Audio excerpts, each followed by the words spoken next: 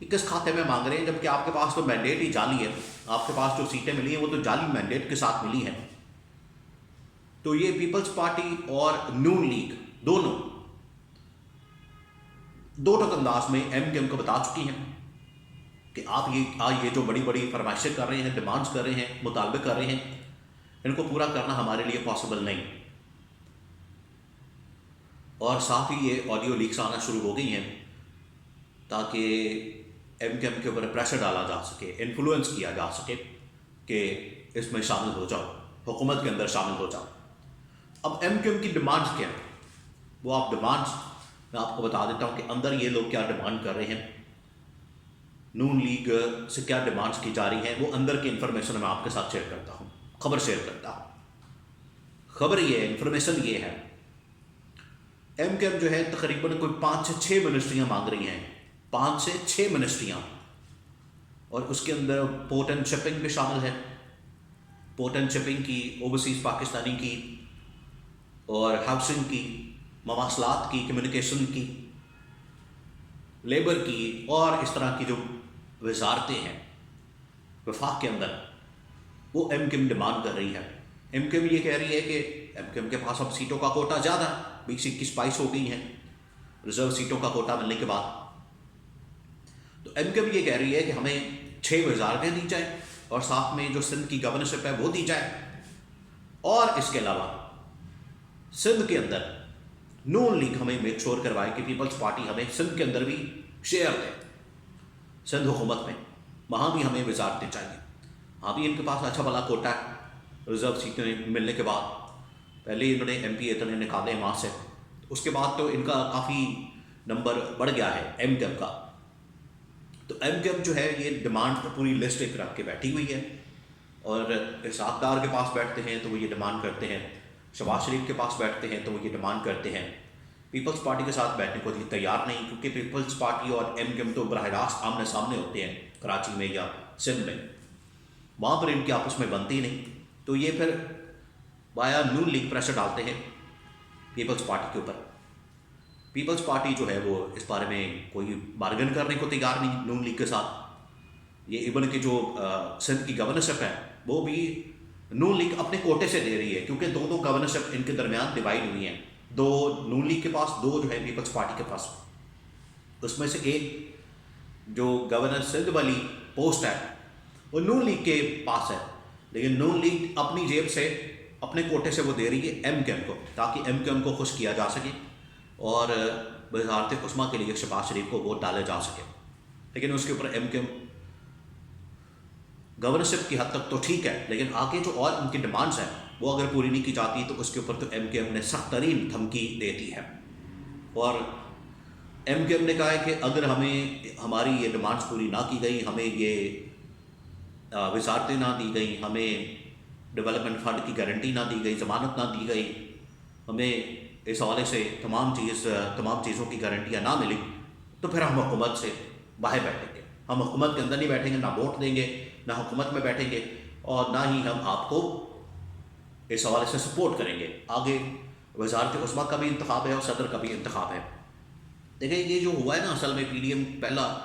جو تجربہ، P D am part 2 ہے اصل میں، اس میں مائنس جو ہے وہ مولانا فضل الرحمان ہے، لیکن یہ جو پہلا تجربہ ہوا ہے پی ڈی ایم کا، یہ بڑا ہی ناکام ترین تجربہ رہا ہے، اور اس کے اندر جو ہے اقتدار تو مل گیا وقتی طور پر، لیکن ان لوگوں کی جو کریڈیبلٹی ہے وہ عوام میں زیرو ہو گئی، اور آئینی قانونی طور پر جو ان لوگوں نے دھجیاں اڑائی، جس طریقے سے آئین اور قانون کو پامال کیا، اس کی وجہ سے ان کی عالمی سطح کے اوپر جو کریڈیبلٹی ہے وہ بھی زیرو ہو گئی ہے۔